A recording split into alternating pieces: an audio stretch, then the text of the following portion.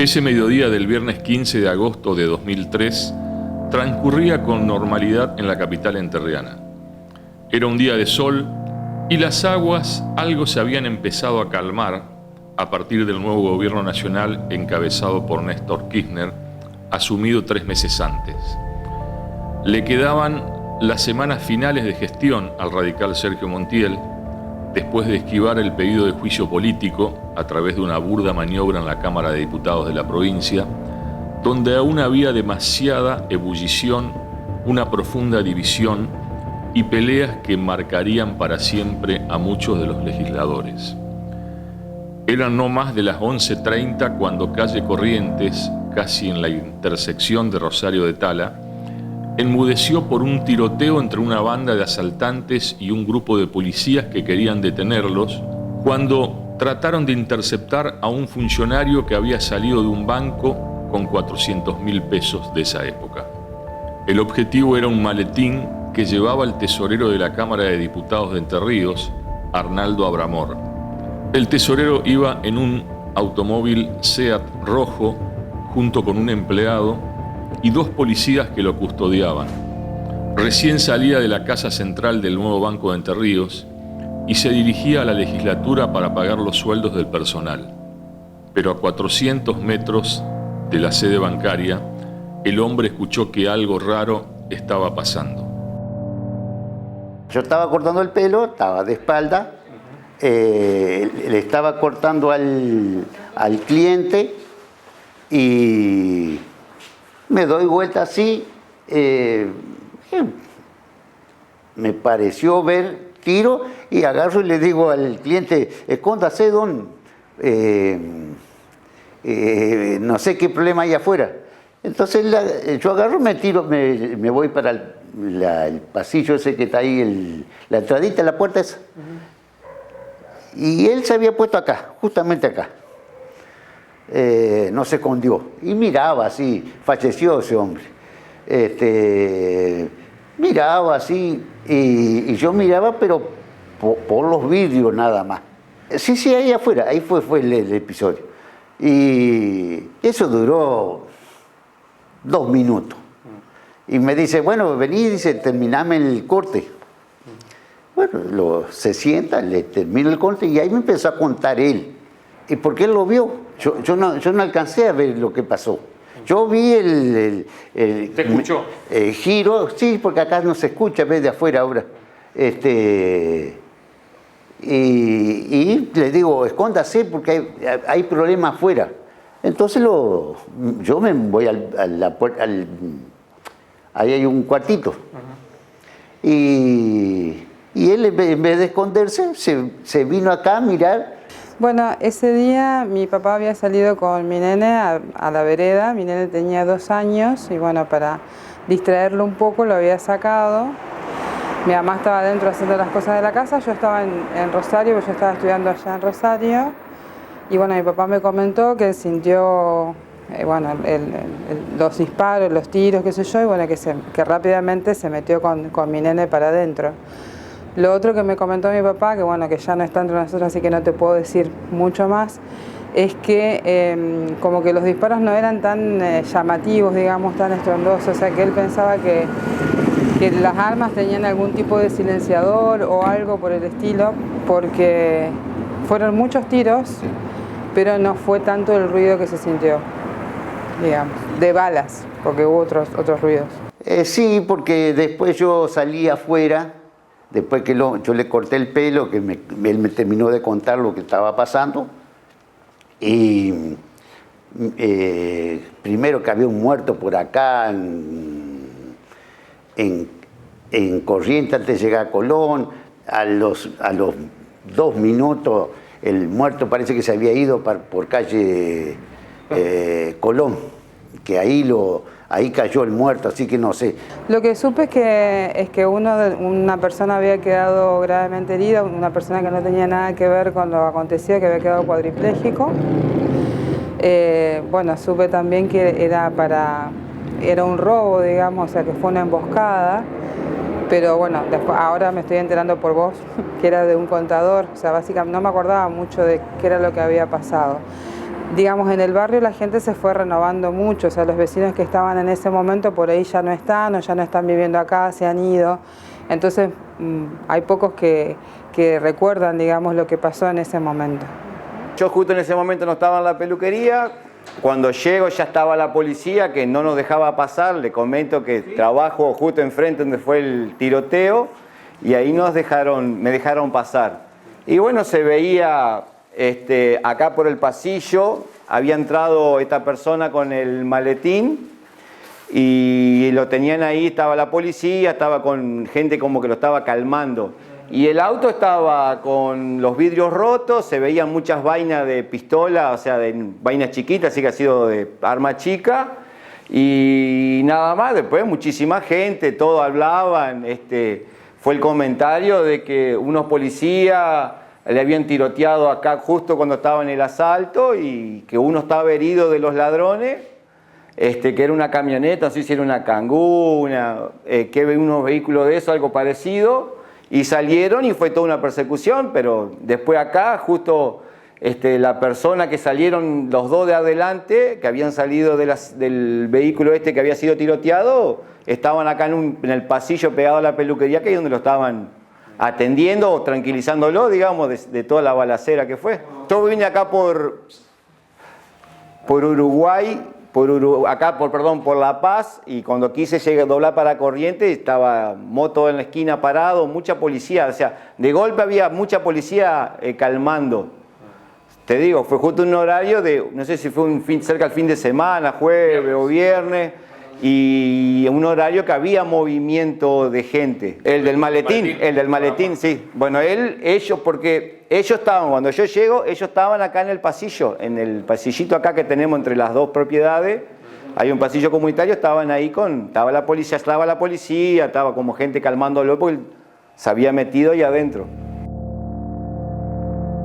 El auto del funcionario fue interceptado en la esquina de Corrientes y Rosario de Tala, a escasos 250 metros de la municipalidad, en donde a las 11:30 había muchos automovilistas y peatones.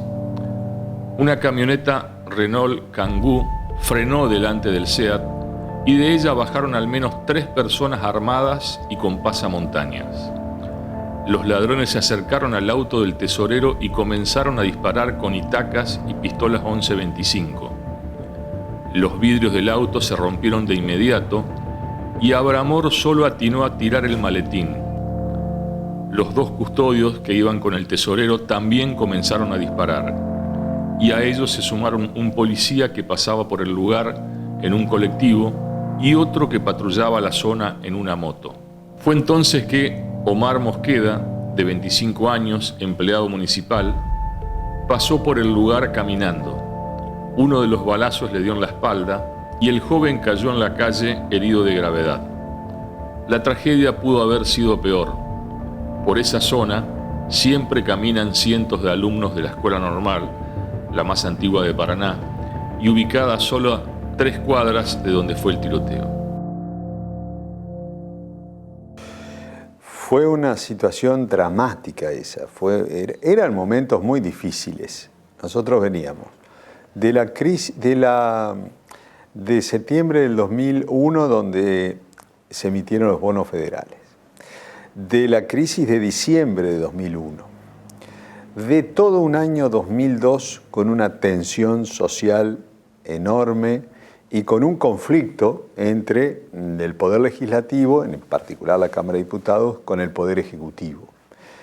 En ese momento era el gobernador el doctor Montiel, yo era presidente de la Cámara de Diputados, el doctor Pauletti era vicegobernador de la provincia, después renunció, y eran situaciones de juicio político permanente, de tensión permanente y de crisis económica enorme. Ya en 2003 la situación, si bien empezaba a normalizarse, porque yo creo que el rescate de los bonos federales se hizo en los primeros 4 o 5 meses del 2003, pero igual se mantenía una situación política muy crítica. Yo recuerdo que estaba en tribunales ese día, de agosto del 2003, y el secretario de la Cámara, después fue intendente de Villa Elisa, Mario Jonás, me vino a avisar que se había producido este hecho de un intento de robo al vehículo que trasladaba los valores del banco a la Cámara de Diputados, porque en aquel momento los haberes todavía se pagaban en efectivo. Bueno, ahí yo me enteré de eso y fue dramático porque hubo una situación de mucha violencia, disparos, intervención de, creo que un agente de policía que venía en un colectivo y se bajó, y fue lo que creo que impidió que el hecho se concretara, porque la realidad es que no se concretó, no pudieron sustraer los fondos de la Cámara. Era para pago de haberes, así que sin duda que hubo una operación con mucha inteligencia, porque había que saber día, hora, vehículo que iba a buscar los fondos, la persona que iba, que el responsable era el director de administración de la Cámara de Diputados. Bueno, fue una situación muy fea, de las peores. Nosotros, desde el punto de vista del hecho en sí, el anoticiamiento fue ese nada más. Después no tuvimos intervención en el proceso penal correspondiente y sinceramente no sé en qué terminó el proceso penal. Pero fueron momentos que le aseguro que no los quisiera volver a vivir bajo ningún punto de vista. Fue un hecho que nunca había ocurrido, creo que no había ocurrido antes. No, una cosa así en la Cámara de Diputados, no. Tuvimos una crisis una crisis emocional, ¿no? Por parte del director de la Cámara, del director de administración, que él personalmente fue una de las personas que evitó que se produzca que se concrete el hecho. Esto, a ver, si bien no estaba el proceso investigativo dentro de lo que era el área de Secretaría de Justicia, sino que dependía un poco más del Ministerio de Gobierno, que se encontraba en esa época el doctor Cuque Garay, del cual merezco el mejor respeto en su gestión. Obviamente nos llegó a afectar a toda la parte, digamos, de la plana de gobierno en ese momento, que se encontraba como gobernador el doctor Sergio Montiel. Yo recuerdo que esto fue en el 2003, agosto 2003, calculo entre el 15 y 6 de agosto de 2003, donde el secretario el director de la Tesorería de la Cámara de Diputados, Abramor, había concurrido al banco, como lo hacía todos los meses, porque era un sistema medianamente arcaico, es decir, los sueldos se pagaban, especialmente de los empleados, se pagaba en forma, esto es lo que surge nuevamente después de la investigación, se pagaba en forma directa a los empleados. Entonces el secretario o el director de la Cámara de Diputados de Tesorería concurría asiduamente al banco en las fechas de pago y retiraba ese dinero para pagar los sueldos. Ese día, que fue creo que el 15 de agosto de 2003, luego salieron del banco, ya en la intersección de calle La Paz y Corrientes, fueron interceptados por una camioneta Kangoo, tipo Kangoo, con gente que estaba totalmente encapuchada y muy bien armada, con armamento pesado, que después se determinó en una investigación. Interceptan el auto, bajan, le requieren el dinero, ahí se baja, justamente había personal policial que se encontraba bajando de un colectivo y se genera un intercambio de disparos, lo que hace, ¿no es cierto?, que esto quede frustrado, lo que fue el robo. En su momento Abramor declaró que por temor que él tuvo al momento de sentir tantos disparos, él arroja el maletín a la calle para preservar lo que era la vida de él y de la gente que se encontraba en el vehículo. Se arma una serie de disparos, intercambios de disparos, donde evidentemente en ese intercambio de disparos uno de los delincuentes resulta herido, gravemente herido, y se arma una persecución. Esa persecución se llega más o menos hasta la intersección de calle Colón y Corrientes, donde ahí, de acuerdo a la información en su momento policial, ellos se desprenden del cuerpo de la persona que estaba herida, donde se inicia a partir de que se toma ese ese detenido inicialmente, pues después trasladado al hospital, se encontraba con vida y fallece en el hospital, tiene un inicio en la investigación de acuerdo a la identidad de esa persona que era uno de los delincuentes. Y en esa intersección también gravemente cae herido un transeúnte que justamente se encontraba en esa zona. Luego esta gente hace un intercambio de vehículos en la zona de Thompson y desaparecen. Es decir, es ahí donde ocurre el hecho en sí. Lógicamente que esto, Paraná no estaba acostumbrada a este tipo de hechos, con esta sangre fría, con esta forma de actuar, ya que fue un hecho que conmocionó no solamente al gobierno en sí provincial. Recordemos que estábamos saliendo de una situación de crisis socioeconómico, social, donde había habido un cambio de presidente, donde teníamos una elección, donde el presidente electo asume en el 2003, que fue el doctor Kirchner, en mayo ya era nuevo presidente, y el gobierno de Montiel proseguía, ¿no es cierto?, con toda esa revolución de crisis social económica, cambios de presidente y culminación de su gobierno. Lógicamente que este hecho generó en el doctor Montiel, teniendo en cuenta la forma que trabajaba el doctor, de que se relacionaba mucho con los hechos graves que ocurrían en la provincia, no solamente cada una de sus áreas, sino también especialmente en los hechos ilícitos.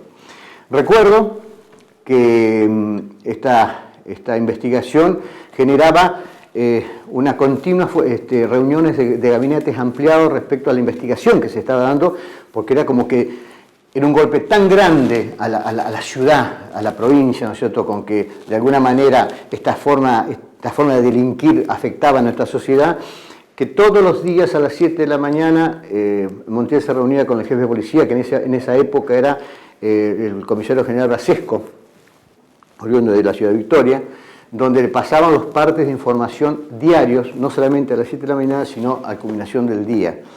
La investigación se veía truncada por el obrar de esta banda delictiva, teniendo en cuenta de que habían actuado encapuchados, que habían actuado con un alto poderío de armamento y que nos orientaba a que se trataba de gente foránea de la provincia, teniendo en cuenta de que el vehículo con que habían actuado tenía un pedido de captura de la ciudad de Buenos Aires, teniendo en cuenta de que el armamento que se había secuestrado en la Cangó, las armas habían sido robadas en la ciudad de Córdoba, tengo entendido que era una ametralladora, si mal no recuerdo, y que a su vez no había a ciencia exacta una investigación importante como para llegar a determinar, ¿no es cierto?, quiénes eran los autores de este hecho.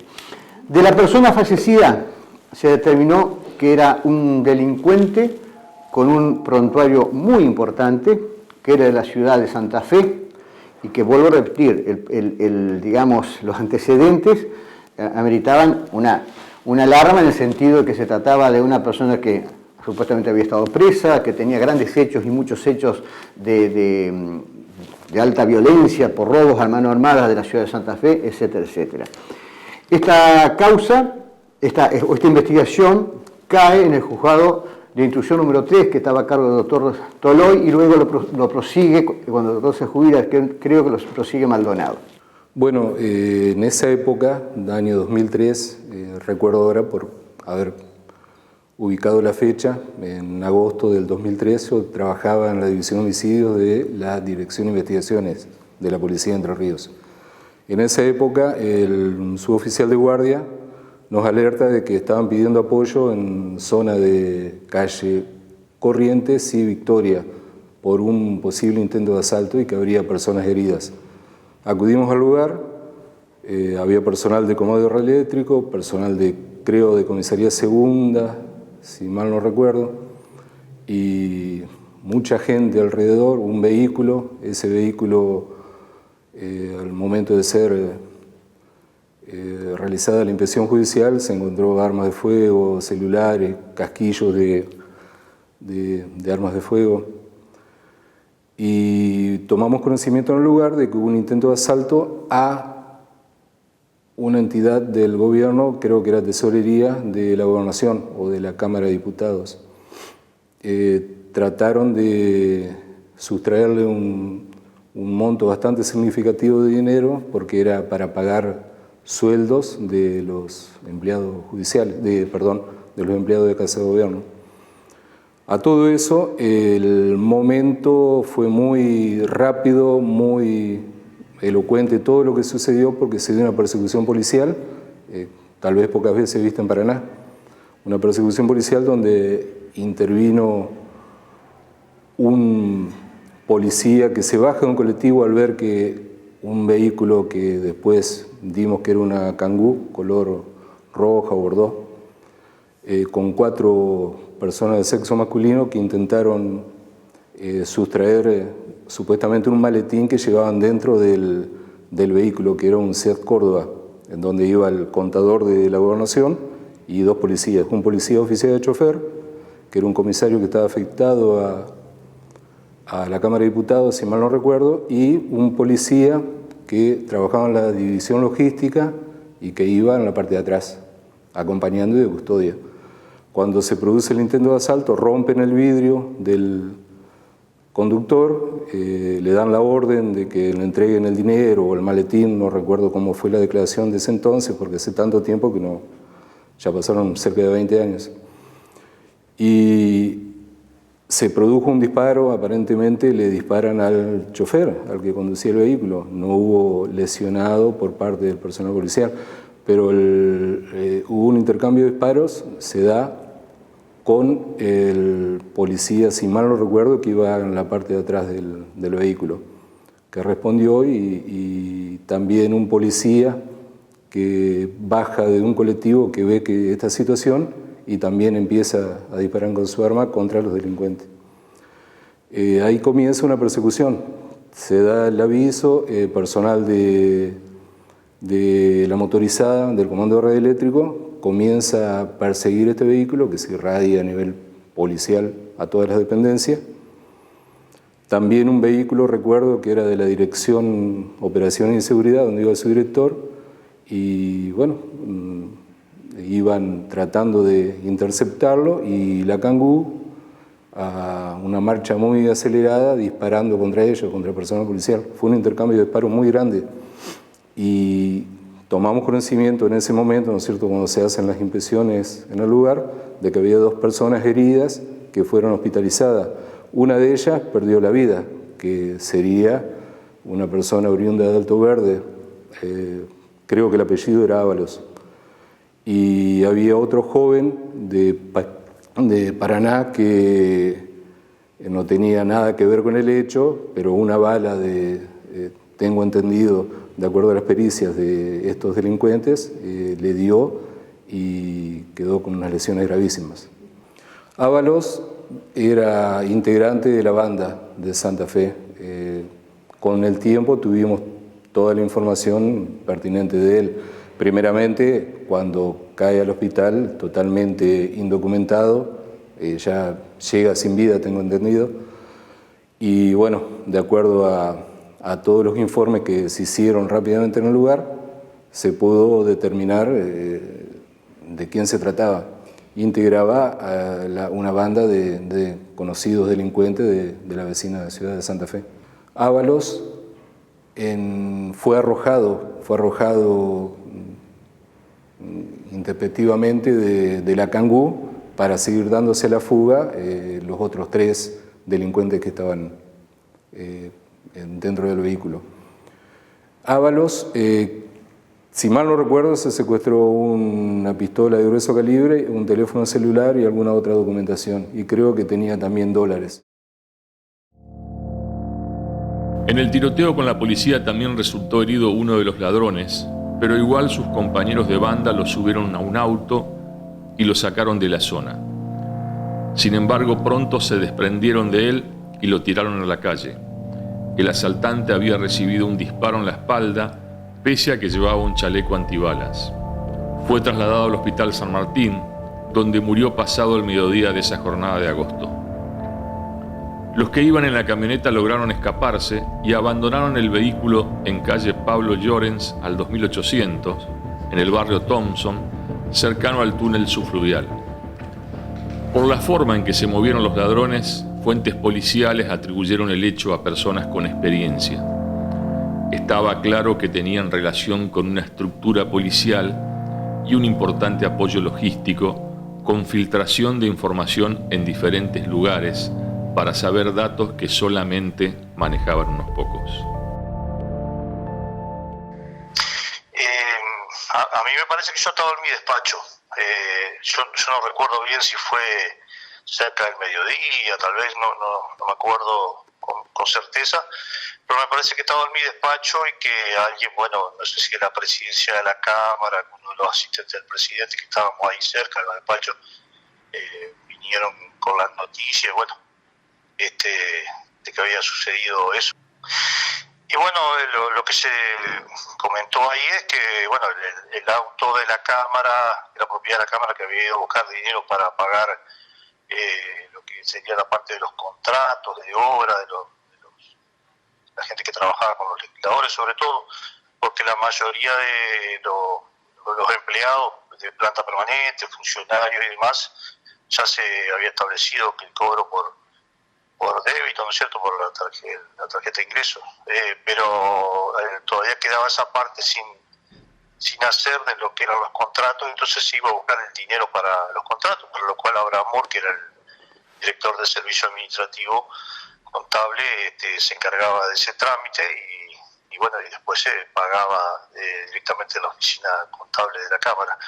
Así que bueno, yo recuerdo que se vino con esa novedad, que lo habían asaltado, que finalmente el dinero no se lo habían podido llevar porque ahora cuando rompen el vidrio los ladrones, los delincuentes, Abraham Moore arroja el bolso o el maletín con el que llevaba el dinero, pero bueno, como ya estaban en plena balacera con la policía que en su momento estaban en el lugar y más los custodios seguramente de Abraham Moore, bueno, los delincuentes no pudieron levantar el maletín, por lo cual, bueno, el robo al final se frustró y bueno, ellos escaparon.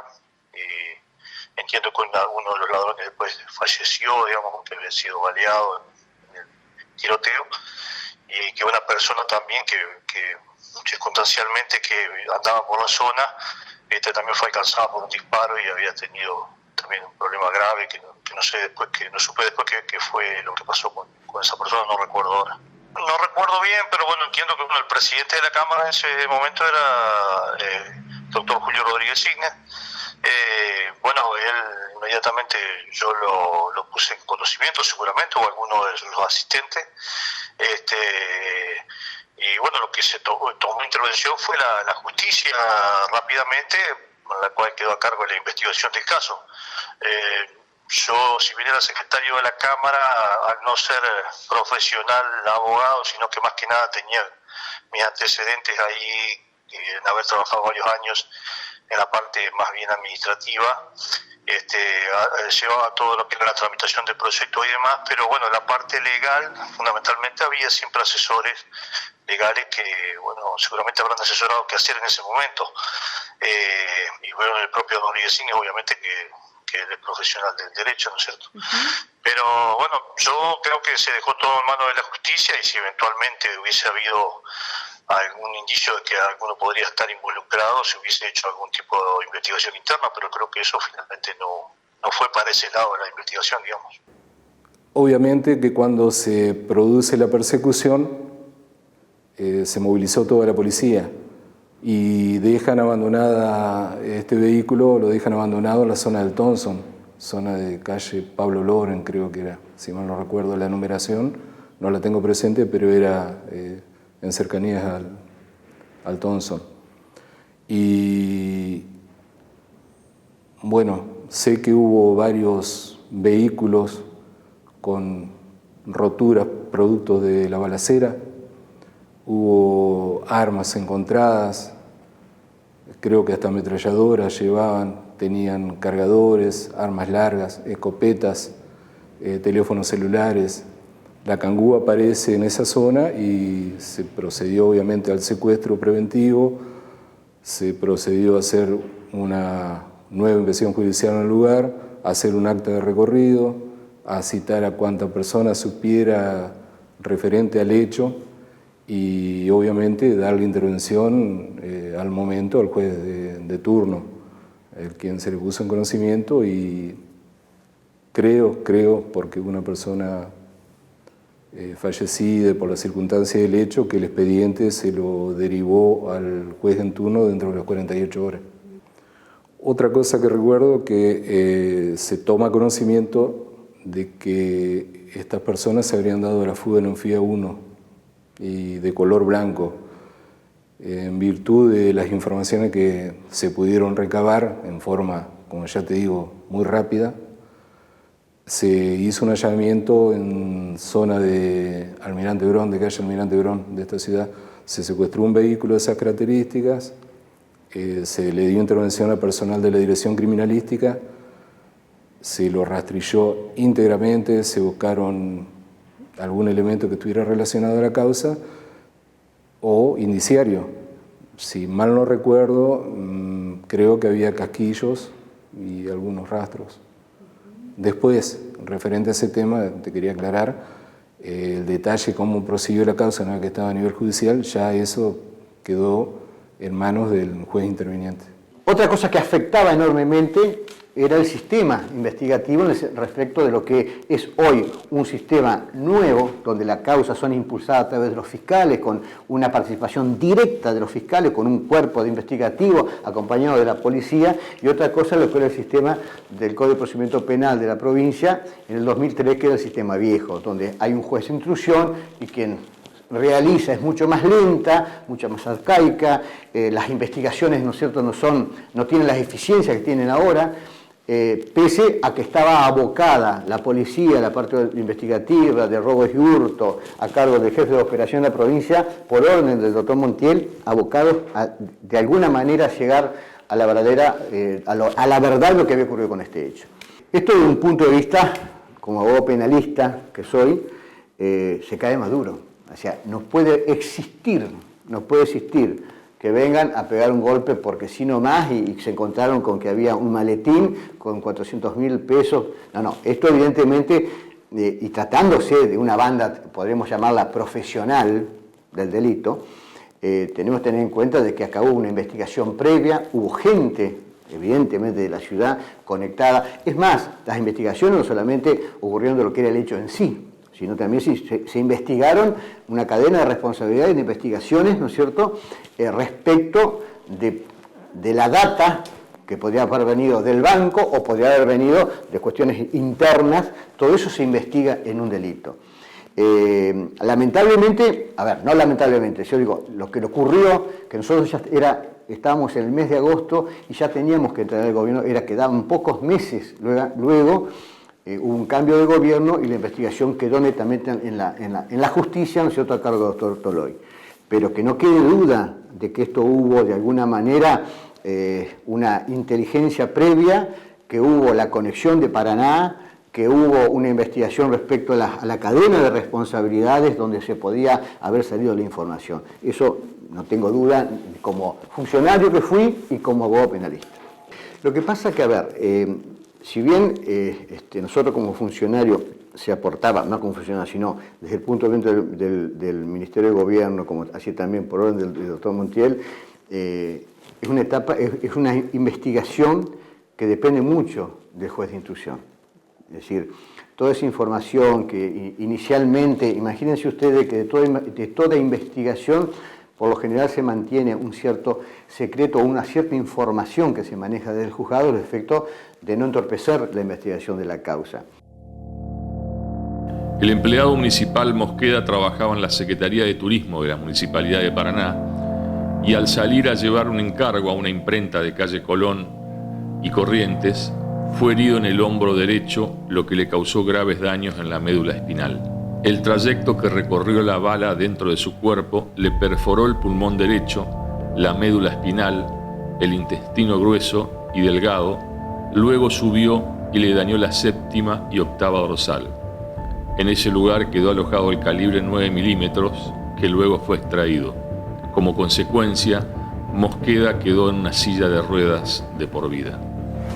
La causa judicial quedó en manos del juez de instrucción Héctor Eduardo Toloy, que dispuso algunas medidas. digamos que la Cámara de Diputados mandó a retirar dinero para pagar sueldos. Lo retiraron, por supuesto, Banco Entre Ríos, Casa Central, y el camino normal que cualquiera haría es agarrar calle Corrientes, y cuando iban en ese camino, calle Corrientes, para doblar por La Paz, subir ahí para ir a Casa de Gobierno, antes de doblar, o sea, en Rosario Tal, había una cangú que estaban estos delincuentes, creo que eran 4 personas, ¿sí? Que le cruzan el vehículo delante del vehículo donde llevaban el dinero, se bajan con armas, incluso ametralladora, que Dios mío, ¿no? Rompen el vidrio del conductor y piden el dinero. Justo bajaba un policía uniformado, creo que bajaba en un vehículo, antes había una parada de colectivo ahí, no sé si sigue estando en calle Corrientes, y baja y bueno, empiezan a cruzarse disparos entre los delincuentes. El custodio que iba con Abramor, que era el que retiró el dinero para la Cámara de Diputados, el custodio que iba con él, que por supuesto iba armado, el oficial de policía que bajó del colectivo y los delincuentes. Un cruce de disparos donde resulta lesionado Mosqueda, digamos, se dan a la fuga los delincuentes, incluso uno de ellos iba herido, ¿sí? Lo suben al vehículo y lo descartan un par de cuadras por Corrientes para abajo porque había muerto. Se dan cuenta que estaba muerto, lo descartan allí, era evidente que no podían llevarlo, ¿sí? Pese al riesgo y todo lo demás que existe en dejar una persona o un delincuente muerto, porque ahí se empieza a ubicar quienes trabajan con él, ¿no? Trabajan robando, digamos. Quienes trabajan con él, a pesar de todo eso, bueno, lo descartan ahí y se dan a la fuga, cambian el vehículo por un Fiat, creo que era, no recuerdo bien, lo dejan en la zona del Thompson, que ahí se lo localiza el vehículo, se sacan huellas, se sacó ADN, se recuperaron armas, una ametralladora, creo que 2 9 milímetros y demás, y bueno, y después de ahí se siguió la investigación, por supuesto, se supo que era gente de Santa Fe y ya te digo, con la colaboración, investigaciones, trabajó mucho con la policía de Santa Fe, pero no se pudo llegar a los autores, que además estaban encapuchados y con una serie de, no eran, digamos, ladrones comunes, ¿sí? Llevaban todas. Yo me acuerdo que incluso cuando se secuestran las armas, se secuestra el Miguelito. Por si eran perseguidos, tiraban Miguelitos para que se revienten las ruedas de los vehículos que podían perseguirlos. O sea, no eran perejiles, ¿sí? Esta es la verdad. En esa época era normal este tipo de hechos, no tanto en Paraná, sino en todo el país. Asaltos tipo comando, donde interceptaban un vehículo, robaban, maniataban a las personas. Había también hechos de este tipo en la zona de la campaña, cerca del departamento, bandas que venían de otras provincias y decían o realizaban hechos de ese tipo acá. Referente a lo que me preguntaste, sí, era muy, no te digo normal, que acá no sucedía tan frecuentemente, pero hubo hechos de esa característica. Uno de ellos, que también relacionado con sueldo, fue el caso de Roballos, años atrás, y también hechos de robos de bancos, que nunca más, por suerte, acá en Paraná se volvió a dar. Y también quiero destacar que la policía de Entre Ríos, no es por haber pertenecido a la fuerza, pero estoy más que convencido después de haber andado tanto tiempo que estamos dentro de las mejores del país. Lo recuerdo porque, recuerdo que murió uno de los delincuentes, ¿sí? Fue una tentativa de robo, calificado por supuesto por el uso de arma, con un resultado de muerte por ese lado, y además sé que se lesionó muy seriamente a una persona que era empleado de la Municipalidad de Paraná de apellido Mosqueda, si mal no recuerdo, que tuve oportunidad de charlar con él en algunas ocasiones y que incluso no era responsabilidad alguna del juzgado, pero sé que llamé a alguna autoridad provincial y municipal a los fines de que traten de solucionarle el problema de salud porque quedó en sillón de rueda, parapléjico, algo así era, si mal no recuerdo. Sí, fue un hecho muy estrepitoso, digamos, en Paraná, calle Corriente, un día hábil, media mañana, no recuerdo bien el horario, pero sí, causó un estrépito porque hubo cruce de disparo, muchísimo, un policía que pasaba por el lugar o bajó de un colectivo, si mal no recuerdo, sé que se cruzó también en el tiroteo con el custodio que iba con Abramor en el vehículo, o sea que fue un desastre. Pero ya te digo, salvo esa consecuencia, sé que eran personas que no eran de Paraná, alguna inteligencia previa tienen que haber tenido, ¿sí? Porque es raro un vehículo que sale del banco, digamos que de algún lado se filtró esa información y esto, bueno, sucedió, creo que fue la única vez que sucedió un hecho así en Paraná.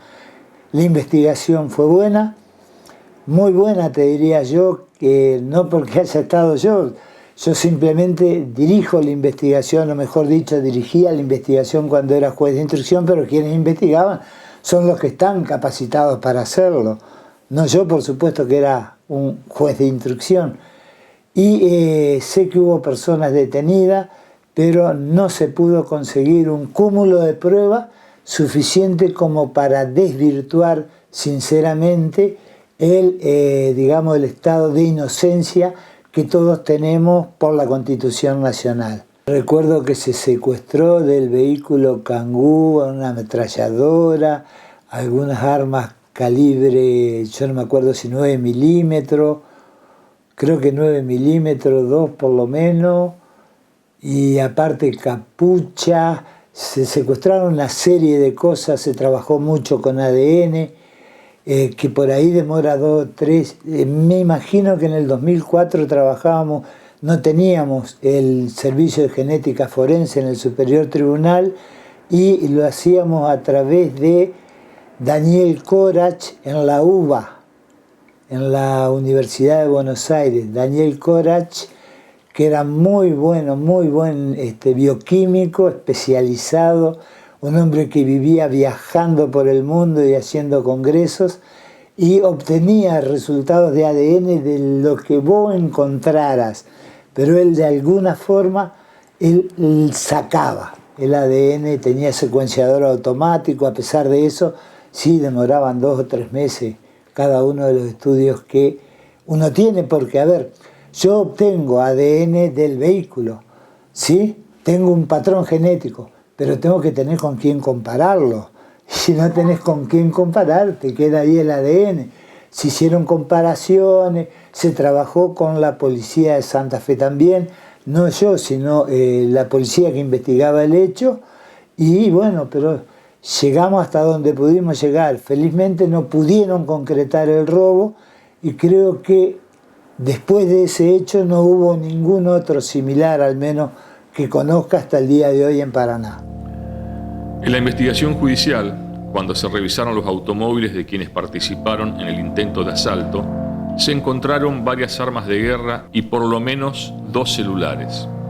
En la investigación de las llamadas telefónicas se hallaron comunicaciones previas con uno de los números de un excomisario domiciliado en Paraná.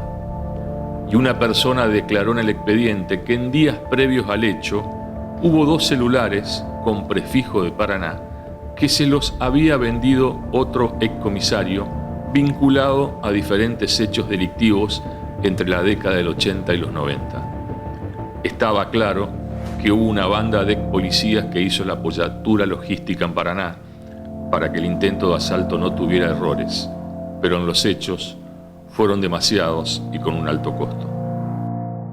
Sí, bueno, yo Yo no recuerdo con precisión, pero sí recuerdo haber conversado con él, no sé si los días posteriores seguramente, y que él me contaba eso, que vio cuando se cruzó la camioneta, que bajaron las personas, los delincuentes encapuchados, que el chofer, bueno, el conductor dijeron tirémonos al piso del auto, como contámonos en el piso, tirémonos abajo, nos roban, algo así, y que él sintió mucho miedo, por supuesto, y cuando siente el estallido del vidrio, él atina a tirar el maletín. Me acuerdo que me dice, yo tiro el maletín porque entendí que venían por eso y era la forma de por ahí salvar nuestras vidas.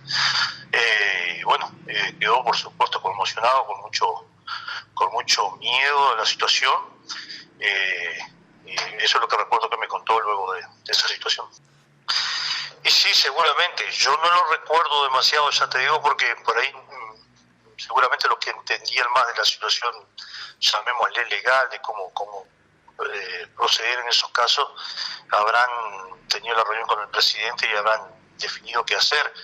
Pero sin lugar a duda que tiene que haber habido un trabajo de inteligencia previo que, bueno, puede haber venido seguramente por el lado de alguien de la Cámara que puede haber dado alguna información, queriendo o sin querer, digamos, porque a lo mejor a veces alguno por ahí habla sin darse cuenta que puede estar pasando información, y también, qué sé yo, puede haber venido por el lado del banco, de custodios del banco, o sea, ese tema uno nunca sabe dónde puede venir, puede llegar a determinarlo en algún momento, pero hipótesis seguramente habrá habido varias, ¿sí?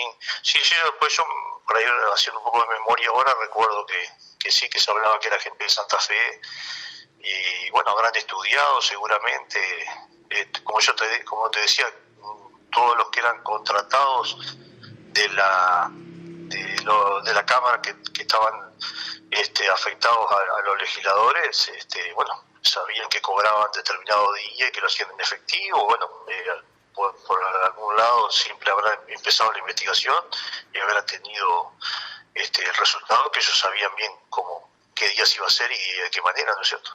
Pero no recuerdo con precisión ahora y aparte de mí me parece que yo no estuve demasiado involucrado en esa cuestión, que anduvieron tal vez más la gente de legales y el propio presidente de la Cámara. Previa al hecho, sí, sin duda. No, ellos sabían que esa cangú llevaba lo que llevaba, ¿no? Seguro, ¿no? Eso seguro que sí. Hubo una inteligencia previa. Ahora, el tema es, puede haber sido empleado del banco, puede haber sido alguien de la Cámara de Diputados, cualquiera de los que cobraba lo que llevaba. No sé. Es variado, el espectro es muy grande. Sí, intentaron. Obviamente esto que nosotros estamos hablando lo conocen más que nada ellos. Se hizo toda una investigación al respecto, pero yo no me acuerdo que haya arrojado resultados. Es muy difícil aparte acreditar. Uno, cuando está en la investigación, es muy difícil acreditar. ¿Por qué? Porque, ¿habría testigos de eso? Yo no me acuerdo en aquel momento si había un servicio telefónico como hay hoy, donde podés detectar teléfono, celdas de las que hablan. Yo me acuerdo que lo hicimos en el caso de Fernanda Aguirre, por ejemplo, que fue un trabajo espectacular. Nosotros sabíamos en la investigación quién había hablado, a qué hora, de qué celda, de qué lugar. Esto sirve muchísimo y esto se está avanzando hoy, pero en aquel entonces era bastante reducida la información. A los pocos meses, el administrador de la Cámara de Diputados de la provincia durante los últimos 15 años, previos al hecho, Arnaldo Abramor, fue desplazado del cargo que ocupaba y fue reemplazado por Abel Benedetti, ligado al exdiputado provincial justicialista Eduardo Marín. Abramor estuvo a punto de ser herido o perder la vida ante el ataque de los delincuentes en la causa que quedó en manos del juez Héctor Toloy. No obstante, quedó fuera de la tesorería de diputados y falleció en el 2013. Yo creo, porque hubo gente detenida, hubo allanamientos, nosotros que capaz que en ese caso información que se la puede dar, en este caso el juez que intervino en la investigación, pero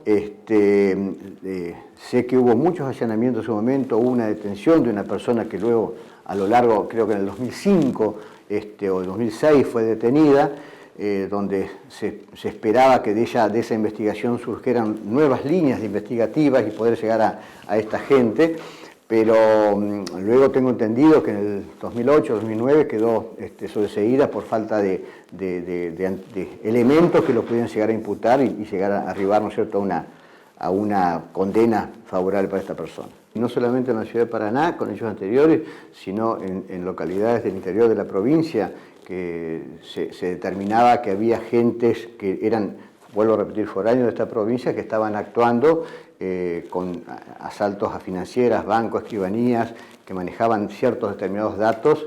Lo que pasa es que son investigaciones independientes que dependen de una investigación judicial al efecto de determinar si están concatenadas o están relacionadas todos esos hechos. Cada juez interviniente hace su investigación y esto nunca de alguna manera se llevó a determinar si estos hechos estaban cada uno relacionados. Pero ya vuelvo a repetir, depende más de una investigación judicial, este tipo de investigaciones de hechos, asaltos de bancos, asaltos de escribanía, etcétera, etcétera, depende mucho de lo que hace una investigación judicial, de los jueces en sí, que es participativo. Y vuelvo a reiterar, era muy distinto lo que ocurre, digamos, con este famoso, muy bienvenido cambio en el Código de Procedimientos, porque las investigaciones son mucho más aceleradas, son mucho más directas, se consigue inmediatamente. Imagínense que hoy tenemos fiscales, una cantidad innumerable de fiscales con fiscales auxiliares que se dedican exclusivamente a la investigación de cada hecho que sucede. Y están dando muy buenos resultados, muy buenos resultados. Anteriormente estábamos con un sistema arcaico, viejo, ¿no es cierto?, donde existían jueces de instrucción, donde no tenían, y esto venía de muchísimos años, donde ni siquiera tenían equipos técnicos como para hacer las investigaciones de los hechos en sí. Justamente se ve a la legua, ¿no es cierto?, los resultados de una época y de otra.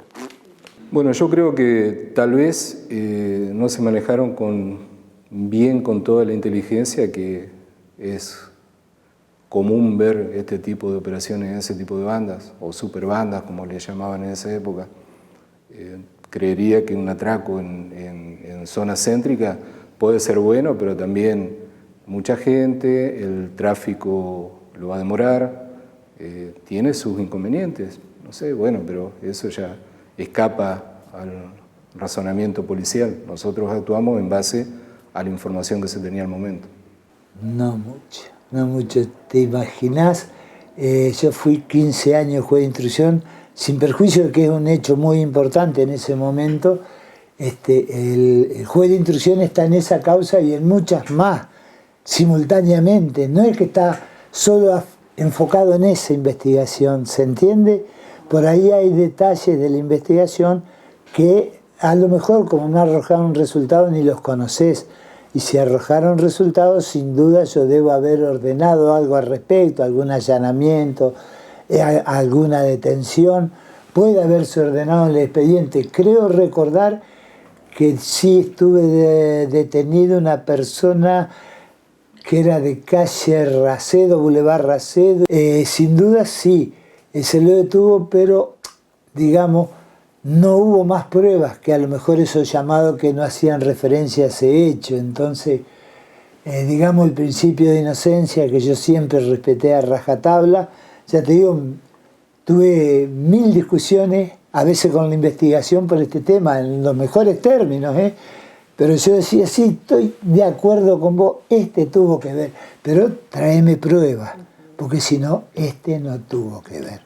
Y hay veces que, digo yo, uno tiene que ser absolutamente honesto y no meter a alguna persona, sobre todo conociendo lo que es la cárcel, las posibilidades de resocializar realmente, que creo que no son tales hoy, y esa persona que va preso, si es inocente realmente, a uno le pesa muchísimo, porque su familia queda desamparada, sus hijos solos, es todo un drama, digamos, familiar.